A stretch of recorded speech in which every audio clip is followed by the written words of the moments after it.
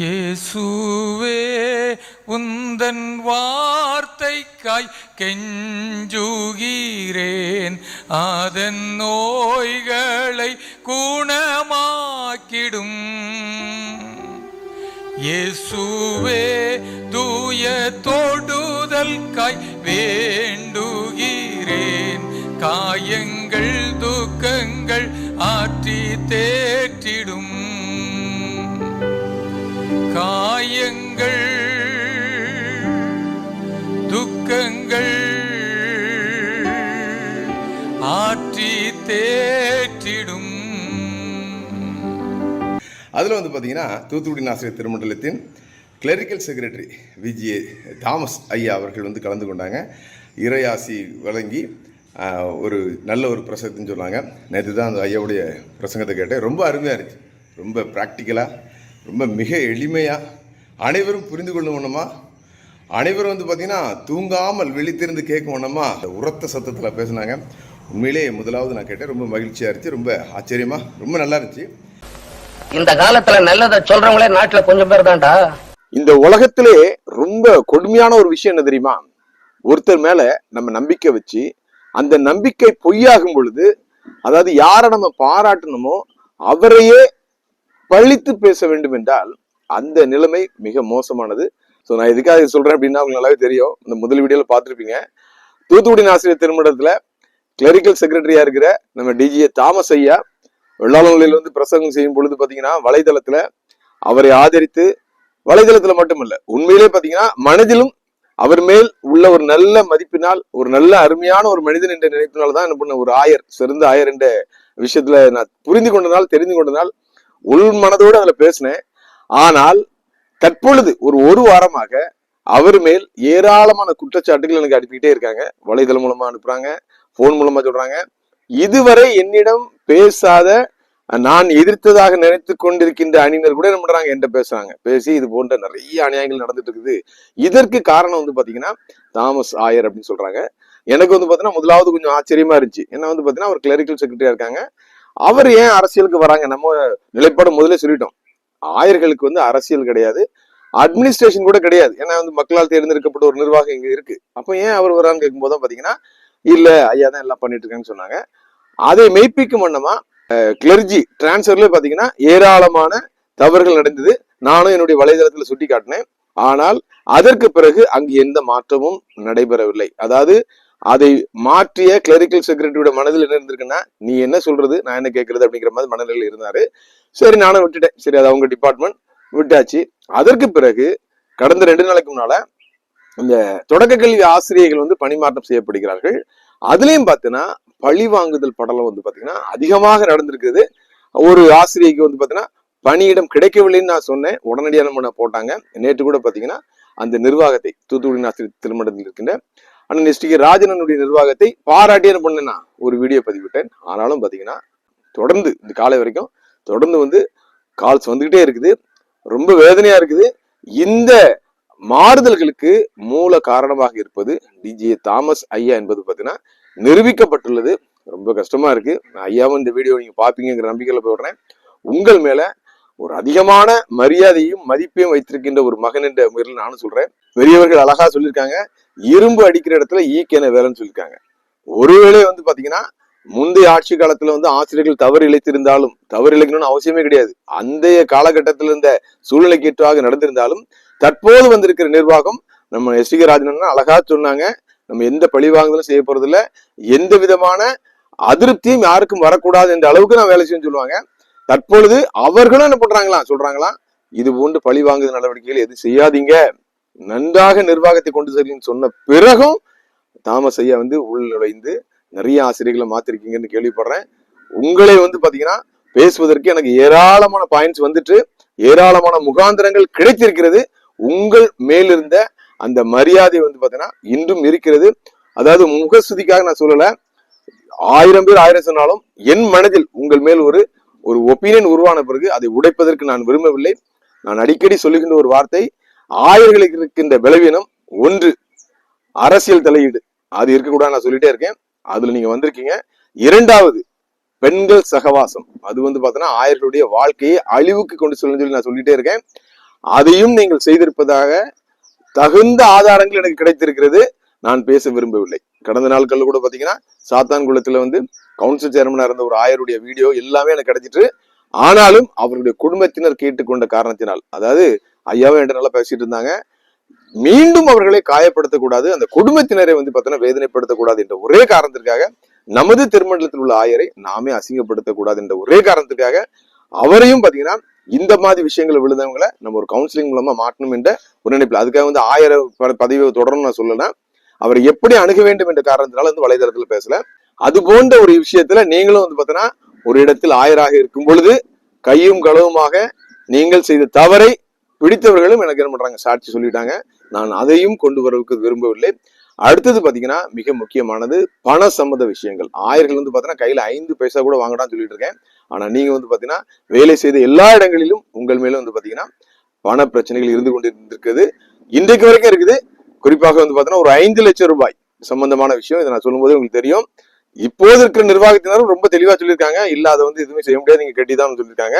இது போன்று 3 தவறுகள் வந்து நடக்கவே கூடாதுன்னு சொல்ற அந்த 3 தவறுகளும் உங்கள் மேல் பிரதானமாக குற்றச்சாட்டப்படுகிறது. இந்த நிலைமையில் நீங்கள் இருக்கும் பொழுது ஆசிரியர்களை பழிவாங்குவதற்கு நீங்கள் யார் என்று நான் இந்த வலைதளம் மூலமாக கேட்கிறேன். குறிப்பாக வந்து பாத்தீங்கன்னா மெய்யூர் சேகரத்துல வேலை செய்த, அங்க இருக்கிற முத்துகிருஷ்ணாபுரம் அப்படிங்கிற ஒரு இடத்துல வேலை செய்த ஒரு ஆசிரியர், தலைமை ஆசிரியை நீங்கள் மாற்றி இருக்கிறீர்கள். அவர்கள் செய்த தவறு எது என்று நான் உங்களிடம் கேட்கிறேன். அவங்க வந்து பாத்தீங்கன்னா என்னுடைய வலைதளத்துல பேசினாங்க, என்னை சகோதரன் என்று அண்ணன் என்று அழைத்த ஒரு சகோதரியை, ஒரு நல்ல ஆசிரியை நீங்கள் அநியாயமாக மாற்றி இருக்கிறீர்கள். நான் சொல்கிறேன், ஒரு ஆயருக்கு நற்சான்றிதழ் கொடுத்த காரணத்திற்காக, அதை என் வலைதளத்தில் வெளியிட்ட காரணத்திற்காக அவர்களை நீங்கள் 50 கிலோமீட்டர் மாத்திருக்கீங்க. இது என்ன அநியாயம், இது என்ன அநியாயம்? நான் சொல்றேன், இன்னும் கேட்கிறேன், இந்த திருமண்டலம் உங்களுக்கு என்று எழுதி வைத்திருக்கிறதா?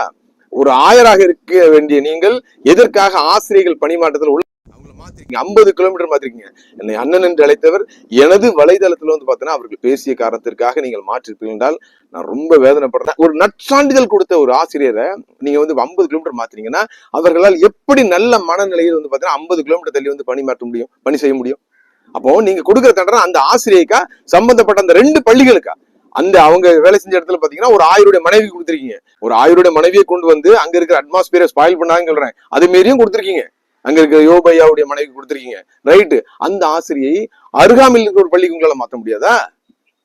எதற்காக இந்த பழி வாங்குற படலம்? இதை வந்து எஸ்.டி.கே. ராஜன் ரொம்ப தெளிவா சொல்றாங்களா, தயவு செய்து பழி வாங்க சொல்லி. அப்போ இவ்வளவு பாடுபட்டு அந்த முன்னாள் நிர்வாகத்தினர் வந்து பாத்தீங்கன்னா அந்த இடத்துல இருந்து அகற்றுவதற்காக 1.5 வருஷம் என்ன பண்ணிருக்காங்க, அன்னை சொன்னாங்க, ஓட்டுரிமையே தூக்கிட்டாங்க. அதாவது சிஎஸ்ஐ காரணே இல்லைன்னு சொன்னாங்க. கிட்டத்தட்ட 1.5-2 வருஷமா நான் கோர்ட்டு கேஸ்ன்னு அழிஞ்சு என்ன பண்ணிருக்கேன்னா இந்த ஒரு கஷ்டத்தை அனுபவிச்சுன்னு சொன்ன ஒரு மனுஷரை இப்பொழுது ஆட்சிக்கு வந்த பிறகு அமைதியாக நிம்மதியாக நல்லது செய்ய வேண்டும் என்று நினைக்கிற ஒரு மனிதரை நீங்களே மற்ற மனிதர்கள் கையில் பிடித்து கொடுத்து காயப்படுத்தலாமா? சொல்லுங்க. எதற்காக அந்த ஆசிரியை மாத்தினீங்க? தகுந்த காரணம் சொல்லுங்க. அவர்கள் வலைதளத்துல உண்மையை பேசினாங்கிற காரணத்துக்காகவா? அப்ப உண்மை பேசக்கூடாதா? பைபிள் வந்து பொய் பேச சொல்லுதா? அதை வெளியிட்டது ஏன் தப்பா? இதுக்கு நீங்க பதில் சொல்லுங்க. உடனடியாக அந்த ஆசிரியை நீங்க தயவு செய்துலாம் இல்ல, உரிமையோட கேட்கிறோம், நீங்க பணிமாற்றம் செய்யணும். அவங்கள வந்து எங்க அவங்க பணியாற்றினாங்களோ அதே முத்துகிருஷ்ணாபுரத்துக்கு நீங்க பணிமாற்றம் செய்யணும். மக்கள் உங்களை கவனித்துக் கொண்டிருக்கிறார்கள். ஒரு ஆயராக இருந்து இந்த விஷயத்தை செய்யக்கூடாது. அடுத்தது பாத்தீங்கன்னா திருச்செந்தூர்ல வந்து பாத்தீங்கன்னா ஒரு ஆசிரியர் என்ன பண்றீங்க, பணியிட மாற்றம் செய்யறீங்க. அங்க வந்து பாத்தீங்கன்னா முன்னாள் லே செயலர் மற்றும் பொருளாளர் அண்ணன் மோகன் அருமை நாயகம் என்ன பண்றாங்க, அவங்க வந்து அவருடைய உறவினர் என்பதால என்ன பண்ணிருக்காங்க, அதில் தலையிட்டு அந்த பணியிட மாற்றத்தை நிப்பாட்டிருக்காங்க. அப்படி என்றால் திருமண்டலத்தில் ஆசிரியாக வேலை செய்யறவங்க எல்லாம் வந்து ஆட்கள் பலன் உள்ளவர்கள் இருந்தா மட்டும் தான் நம்ம வேலை செய்ய முடியுமா? மற்றவர்கள் எல்லாம் ஆள் பலன் இல்லாதவர்கள், அரசியல் பலன் இல்லாதவர்கள் வந்து பாத்தீங்கன்னா அரளி விதையை அரைத்து குடித்து கொண்டு சாகணுமா? அப்போ உங்களுக்கு ஒரு நீதி, ஒன்றும் இல்லாதவங்களுக்கு ஒரு நீதியா? ஏன் இந்த ஸ்கூல்ஸ் இப்படி நாசமா போயிட்டு இருக்குது? ஒவ்வொரு தொடக்க கல்வியிலும் போய் பாருங்க, 2 பிள்ளைங்க 3 பிள்ளைங்க 4 பிள்ளைங்க ஒவ்வொரு நேரத்துல பாத்தீங்கன்னா ஏபிசின்னு 3 செக்ஷன் இருந்த ஒவ்வொரு தொடக்க பள்ளிகளும் பாத்தீங்கன்னா இன்னைக்கு வந்து 2 டீச்சர் இருக்காங்க, 4 பையன் உட்கார்ந்துட்டு இருக்கான். எதுக்கு காரணம் யாரு? இதைதான் நாங்க அடிச்சடி சொன்னோம். அதை மாற்றுவதற்காக தானே நம்ம அரசியல் மாற்றத்துக்காக போராடணும். திரும்பியும் நீங்க அதே செஞ்சீங்கன்னா இது என்ன அர்த்தம்? இது அடுத்தது பாருங்க, கோவில்பட்டியில இருந்து ஒரு வீடோ ஒரு கனவினையில இருந்து ஒரு பெண்மணியை பாத்தீங்கன்னா அங்க இருந்து முதலூருக்கு மாத்துறீங்க. நீங்க என்ன மனிதாபிமானம் உனக்கு? நீங்களும் குடும்பத்தை சேர்ந்தவர் தானே. ஒரு பெண்மணி வந்து பாத்தீங்கன்னா 3-4 பஸ் பிடிச்சு வந்து பாத்தீங்கன்னா முதலூர் போனா எப்படி வேலை செய்ய முடியும்? அவங்க மனநிலை எப்படி இருக்கும்? அவங்களுக்காக மாற்றப்படுற இன்னொரு ஆசிரியருக்கு தண்டனை தானே அது. அப்போ நீங்கள் பழி வாங்க வேண்டும் என்பதற்காக ஒருத்தருக்கு கொடுக்க தண்டனை 2 பேருக்கு மாறுது. அப்போ அந்த சம்பந்தப்பட்ட 2 பள்ளிகளும் பாதிக்கப்படுது. எப்படி வந்து டைசன் பள்ளி நல்லா இருக்கும்? நீங்க என்ன ஸ்டெப் எடுத்து என்ன பிரயோஜனம்? இது நீங்க இந்த சின்ன விஷயத்தை உங்களால உணர முடியாது. இதுக்கு தான் நாங்க தலையில அடிச்சுட்டு கத்துறோம். எதற்காக வந்து சம்பந்தப்பட்ட பள்ளிகளுக்கு நீங்க தண்டனை கொடுக்குறீங்க? இது போன்ற ஒரு பள்ளி உங்களால உருவாக்க முடியுமா? நீங்க மேடையில் நின்று வந்து முழங்குறதுனால, அன்பை பற்றி பேசுறதுனால, நீங்க அபிஷேகத்தை பற்றி பேசுறதுனால ஒரு பள்ளியை உங்களால உருவாக்க முடியுமா? புதுசா இருக்கிற பள்ளியை ஏன் அழிக்கிறீங்க? தயவு செய்து நான் சொல்றேன், ஐயா உங்க மேல நிறைய நல்ல ஒரு ஒப்பீனியன் நான் வச்சிருக்கேன். ஏராளமான குற்றச்சாட்டு வந்தும் ஒரு 2 வீடியோ பேசி அழிச்சிருக்கேன். நான் மியூட்ல போட்டு வச்சிருக்கேன். அதை நான் தயவு செய்து நீங்க வந்து ஒரு பேராய தேர்தலில் நிக்கிறீங்கன்னு சொல்றாங்க, நில்லுங்க, தப்பு இல்லை. ஆனால் நெஞ்சை நிமிர்த்து நில்லுங்க, ஒளிஞ்சு ஓடாதீங்க. மற்றவர்கள் உங்களை கை நீட்டி பேசுற அளவுக்கு என்ன பண்ணாதீங்க, நிக்காதீங்க. தயவு செய்து அப்படின்னா அந்த தேர்தலில் நிக்காதீங்க. நான் கடந்த வாரம் பாத்தீங்கன்னா திருநெல்வேலி திருமண்டலத்துல கத்தீட்ரல் சர்ச்சில் ஒரு திருமணம் நடந்துச்சு. என்னுடைய மனைவியுடைய சகோதரனுடைய பெண்ணுக்கு திருமணம். நான் முதல் ஆளா உட்கார்ந்துருந்தேன் மனைவியும்.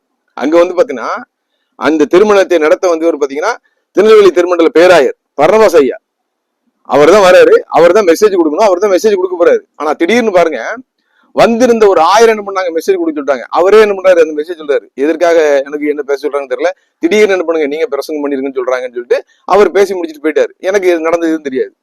ஆராதனை முடிக்கிறது, அங்கிருந்த ஒரு 1000 என்ன வந்து பாக்குறாரு, வந்து கையை கொடுத்துட்டாரு. அண்ணே பெரம்பு நீங்க தானே? ஆமாண்ணே, உங்க வீடியோஸ் எல்லாம் பாக்க சூப்பரா நல்லா இருக்குண்ணே. என்ன இப்படி முதலாளா வந்து உட்காந்துருக்கீங்க அப்படின்னு. என்ன ஐயா என்ன விஷயம்? நீங்க இப்படி உட்கார்ந்து இருந்தனா ஐயா பெயர் வர பெயர மாட்டாரா? பேராயிரவே பயப்படுறாரு. என்னையா நீங்க இப்படி முதலாளா உட்காந்துருக்கீங்க? எதற்காக என்ன பார்த்து பயப்படணும்? நெஞ்சில் துணிவு இருந்தால் உங்கள்ட்ட வந்து தப்பு இல்லைன்னா நிக்க வேண்டியதானே? எதுக்கு பயந்து ஓடுறீங்க? ஏன் ஆயர்கள் வந்து போன் அணைச்சிட்டு ஓடுறீங்க? நேற்று வந்து நான் போன் போடுறேன், தேவராஜையா போனை அட்டன் பண்ண மாட்டேன்றாரு. ரெக்கார்ட் பண்ணுவேன், உங்ககிட்ட தப்பு இல்லைன்னா அந்த ரெக்கார்ட் பண்ணதை நீ வந்து மீடியால போன்னு சொல்ல வேண்டியதானே? எதுக்கு ஓடிறீங்க? 5 வருஷம் அடிச்சாங்கல்ல, பட்டீங்கல்ல. அப்போ உங்களுக்கு வந்த ரத்தம் அடுத்தவங்களுக்கு வந்த தக்காளி சட்னியா? இப்ப அதே ஆசிரியர்கள் வந்து பழி வாங்கப்படுறது வந்து உங்களுக்கு பார்த்து ரசிக்கிறீர்களா? இது என்ன மனநிலை? கொடூரமான மனநிலை எல்லாம் இருக்குது. மனிதர்கள் வாழ்கின்ற இடமா இல்ல வந்து பாத்தீங்கன்னா அரக்கர்கள் வாழ்கின்ற இடமா மாற்று அணியினர் சொல்லுகிற அளவுக்கு அசிங்கப்படுத்தி வைத்திருக்கிறீர்கள். தயவு செய்து நீங்கள் மாறுங்கள். நான் சொல்றேன், உங்களுக்கு என்ன அதிகாரமுங்க? பள்ளி கல்வித்துறையில வருவதற்கு ஆயர்களுக்கு என்ன அதிகாரம் இருக்கு? தேவராஜியா அவங்களை வந்து பாத்தீங்கன்னா மேனேஜரா போட்டுருக்காங்க. எனக்கு அதுல உடன்பாடு கிடையாது. ஒரு லே பீப்புள போடுங்க தான் நான் சொல்லிட்டு இருந்தேன். எல்லா தொடக்க கல்விக்கும் பாத்தீங்கன்னா லே பீப்புள்ஸ் வந்து கரஸ்பான்ஸ் போடுங்க தான் நான் இன்னைக்கு சொல்லிட்டு இருக்கேன். அவர்கள் வந்து கையில இருந்து காசு போட்டு செய்வாங்க. அவங்க ஊருங்கிற ஒரு நினைப்புல என்ன பண்ணுவாங்க, அட்மிஷனை கூட்டுவாங்க. இருந்தாலும் என்ன பண்றாங்க, பெருந்தன்மையோட இருக்காங்க. இப்ப நிர்வாகம் அசூரபலத்துல இருக்க நிர்வாகம் என்ன பண்றாங்க, ஆயர்களை நம்புறாங்க. உங்களை நம்புறாங்க. உங்க மேல இருக்கிற நம்பிக்கையை வீணடிக்காதீங்க, நம்பிக்கையை கொள்ளாதீங்க. நான் சொல்றேன், உண்மையிலே எஸ்.வி.கே. ராஜன் எல்லாம் வந்து பாத்தீங்கன்னா எனக்கு வந்து ஏராளமான கருத்து வேறுபாடுகள் இருந்தாலும், ஆனால் அந்த மனிதரை நான் இன்னைக்கும் சொல்றேன், இஸ் ஒயிட் ஹேண்ட். கையில இருந்து காசு போட்டு செலவு பண்ற ஒரு மனுஷன்.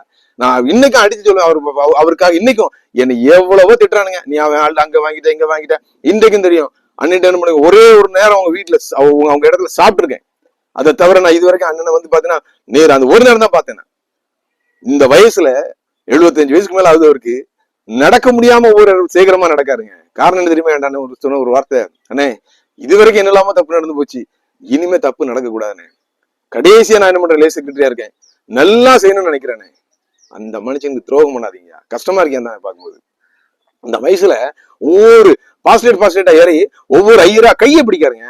நான் என் வயசு என்னங்க, என்ன பார்த்து அண்ணே அப்படிங்காருங்க. எனக்கும் ஐயா அண்ணனுக்கும் வந்து ஒரு சின்ன ஒரு கான்ட்ரவர்சி வந்துச்சு. அதனாலதான் இன்னைக்கு நான் போகாம இருக்கிறேன். அந்த சம்பவம் நடந்து முடிஞ்ச பிறகு அவ்வளவு பெரிய மனுஷங்க 40-45 வருஷமா வந்து பாத்தீங்கன்னா திருமண்டல அரசியல் இருக்கிற நான் இன்னைக்கு வந்து சின்ன பையனா, அண்ணே தப்பா நினைச்சுக்காதீங்கண்ணே, ஏதோ தவறா நடந்து போச்சு மன்னிச்சுங்கண்ணே. இவ்வளவு பெரிய மனுஷன் தெரியுமாங்க, அவருக்கு துரோகம் பண்றீங்களாங்க. நீங்க டிரான்ஸ்பர் போட்டாலும் என்னங்க சொல்லுவாங்க, எஸ்.கே. ராஜன் அணியில வந்து டிரான்ஸ்பர் போட்டாங்கன்னு சொல்லுவாங்க, தாமஸ் ஐயா டிரான்ஸ்பர் போட்டான்னு சொல்லுவாங்களா? இல்ல வந்து பாத்தீங்கன்னா இங்க இருக்கிற தேவராஜா டிரான்ஸ்பர் போட்டான்னு சொல்லுவாங்களா? எதுக்கு இங்க அசிங்கத்தை வாங்கி கொடுக்குறீங்க? உங்களுக்கு என்ன கிடைக்கிறதுல என்ன கிடைக்கு? நடந்த தவறை வந்து பாத்தீங்கன்னா மன்னிப்பவன் மனிதன், அதை மறந்து விட்டு அவர்களை வந்து பாத்தீங்கன்னா மகிழோடு வைப்பவன் மாமனிதன். நீங்க மனிதர்களா மாமனிதர்களா சிந்தியுங்கள். ஆசிரியர்களை பழி வாங்கி அந்தந்த பள்ளிகளை கொஞ்சம் கொஞ்சமாக சவக்குழிக்குள் இறக்கி கொண்டிருக்கிறது என்பதை என்று நீங்கள் உணரப் போகிறீர்கள். தயவு செய்து நீங்கள் புரிந்து கொள்ளுங்கள். நான் நல்லவன் என்று சர்டிபிகேட் கொடுத்த நான் ரசித்த ஒரு ரசிகனாக, ஒரு உண்மையில ஒரு ஃபேனா மாறிட்டேன். உங்களுடைய டிஜே தாமஸ் ஐயா, உங்களுடைய ஒரு மெசேஜ்ல உங்களை நான் ஃபேனா மாறிட்டேன். தயவு செய்து அந்த பிம்பத்தை உடைக்காதீர்கள். உங்கள் மேல் இருக்கின்ற ஒரு நல்ல ஒப்பீனியனை நீங்களே குலைத்து போடாதீர்கள். எந்தெந்த ஆசிரியர்களுக்கு அநியாயமாக பணியிட மாற்றம் செய்தீர்களோ, எங்கெங்கெல்லாம் தவறு நடந்திருக்கீங்களோ, நீங்கள் உட்கார்ந்து பார்த்து என்ன பண்ணுங்க, அதை சீர் செய்யுங்கள். இன்னொன்னு நான் கேள்விப்பட்டேன், வட்டக்கோவில் ஜான்சன் அண்ணன் இன்னைக்கு ட்ரெஷரரா இருக்காங்க. அவங்க சர்ச்சில் ஒரு 1000 மாற்றக்கூடாதுன்னு சொன்ன பிறகு மாத்திருக்கீங்க. வட்டக்கோவில் ஜான்சன் பற்றி உங்களுக்கு என்ன தெரியும்? அவர் அவ்வளவு ஸ்ட்ராங்கா இருந்தாலும், அவ்வளவு தைரியமாக நின்றாலும், எதிர்த்துனாலும் மனுஷன் குழந்தை மாதிரி. அவர் நினைச்சிருந்தனா இன்னைக்கு நீங்க அந்த இடத்துல உட்கார்ந்து இருக்க முடியாது. 3வது அணி ஒன்றை உருவாக்க வேண்டும் என்று அண்ணனை டிராவல் பண்றோம். அண்ணனுக்கு பாத்தீங்கன்னா சினால இருந்திருக்கேன், பிரஷர் வந்துச்சு. எவ்வளவு பெரிய பெரிய மனிதர்கள் பேசினாங்க. அண்ணன் சொன்ன ஒரே ஒரு வார்த்தை, ஆன்டி டிஎஸ்எஃப் வந்துடக்கூடாது, இந்த டைவர்ஷன் அழிஞ்சிரும். அடுத்தது அண்ணன் ராஜனுக்கு நான் வாக்கு கொடுத்துட்டேன், அண்ணன் ராஜன் தான் கூட சொல்லி என்ன பண்ணாங்க, எங்களை விட்டு பிரிஞ்சு போனாங்கய்யா, நாங்க விட்டு கொடுத்தோம். அப்படிப்பட்ட மனுஷனை நீங்க கலங்க வைக்கிறீங்களா? நீங்களா என்ன மனுஷங்க? எங்களை விட்டு கொடுத்தாருங்க, எங்க அணியை விட்டு கொடுத்தாருங்க, நாங்களும் விட்டு கொடுத்தோம். திருமண்டலம் மீட்பு இயக்கம் அப்படிங்கிறது 3வது இன்னைக்கு விசில் எப்படி ஜெயிச்சு அதை ஜெயித்திருக்கோம் தெரியுமா உங்களுக்கு? அப்படிப்பட்ட ஒரு தியாகத்தை செய்தவர் தான் பாத்தீங்கன்னா வட்டக்கோவில் ஜான்சன் அண்ணன். அவங்கள வேதனைப்படுத்துறீங்களா நீங்க? என்னையா மனசாட்சி இது? நாங்க சொல்றோம், அண்ணே வாங்க நிற்கும் இல்லண்ணே, நான் என்ன பண்ணுவேன், அண்ணன் ராஜன் கூட தான் இருப்பேன். அவங்க வயசாயிடுச்சு, அவங்களுக்கு வாக்கு கொடுத்துட்டு அவங்களை காயப்படுத்த கூடாது. அப்படிப்பட்ட தன்மை உள்ள மனுஷனை பாத்தீங்கன்னா வேதனைப்படுத்துறீங்களா நீங்களா? என்னையா என்னத்தை கொண்டு போறீங்க? நீங்களாம் என்னத்தை கொண்டு போறீங்க? எல்லாரும் பழி வாங்கி மாறி பழி வாங்கி கடைசியில பாத்தீங்கன்னா வெறும் குப்பையும் கூலமும் இந்த திருமண்டலம் அழிஞ்சு நாசமா போறதை நீங்களே உங்க கண்ணால பார்க்க போறீங்களா? தயவு செய்து சொல்லிக்கிறேன், பழி வாங்குற எண்ணத்தை விட்டுருங்க. உங்கள் அணியின் தலைவர் எஸ்டிகே ராஜன் அண்ணன் சொன்ன பிறகு நீங்க பழி வாங்குறீங்கன்னா உங்களுடைய நோக்கம் சரியில்லை. நீங்கள் யாருக்கோ ஊழியம் செய்கிறீர்கள், நீங்கள் கர்த்தருக்கு ஊழியம் செய்யவில்லை. நீங்கள் கர்த்தருடைய அடியார்கள் என்று சொல்லிக் கொள்கிறீர்கள். குறிப்பாக சொல்றேன், டி.ஏ. தாமஸ் ஐயா, அது போல பாத்தீங்கன்னா தேவராஜ் ஐயா, உங்களை நீங்கள் நிதானித்து அறியுங்கள். நீங்க நற்கரணை கொடுக்குறவங்க, மற்றவங்களுக்கு பாவ மன்னிப்பு கொடுக்குறவங்க, பாவத்தை சேர்க்காதீர்கள். தாமஸை அழகா ஒரு பாட்டு பாடினீங்க. முதல்ல காயம், நிறைய காயத்தை ஏற்படுத்திருக்கீங்க. வழியில துடித்துக் கொண்டிருக்கிறார்கள் ஆசிரியர்கள். அந்த காயத்தை யாரு கட்ட போற? நீங்க தான் கட்டணும். பாட்டு மட்டும் அழகா வருது இல்ல வாயில, காயத்தை கட்டுகிற ஆண்டவர் இயேசு கட்டுவாரா? பண்ற தப்பெல்லாம் நீங்க பண்ணிட்டு இயேசு மேல பழி தூக்கி போடுவீங்களா?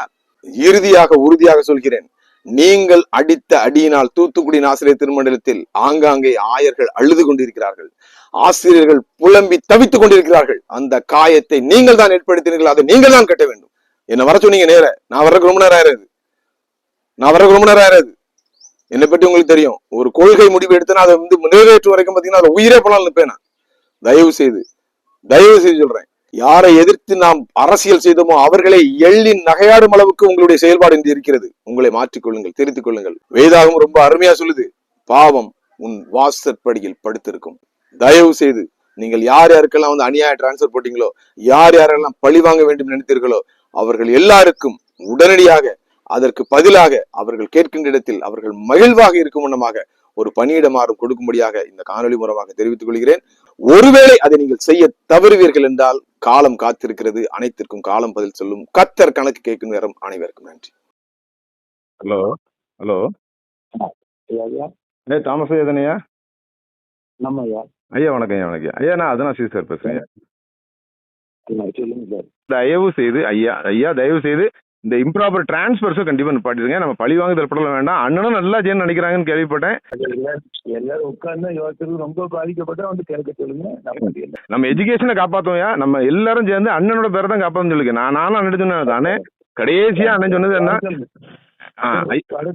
மேனேஜர் ஆபீஸ் பேரத பார்க்க சொல்லுங்க. அதுக்கு முடிஞ்சுன்னா உடனே மாற்றி கொடுக்கும். இல்ல நீங்க கண்டிப்பா நீங்க அதுல இன்வால்வ் ஆயிருக்கீங்கன்னு சொல்றாங்க. எனக்கு அது நான் ஏற்கனவே சொல்லியிருக்கேன், 1000 மைல் அரசியல் வேணாம், அட்மினிஸ்ட்ரேஷன் வேண்டாம் சொல்லி இன்னைக்கு நான் கண்டிப்பா சொல்லுவேன். யாரெல்லாம் பாதிக்கப்பட்டீங்களோ ஐயாவை போய் பாருங்கன்னு சொல்லுவேன். தயவு செய்து பண்ணி கொடுங்க.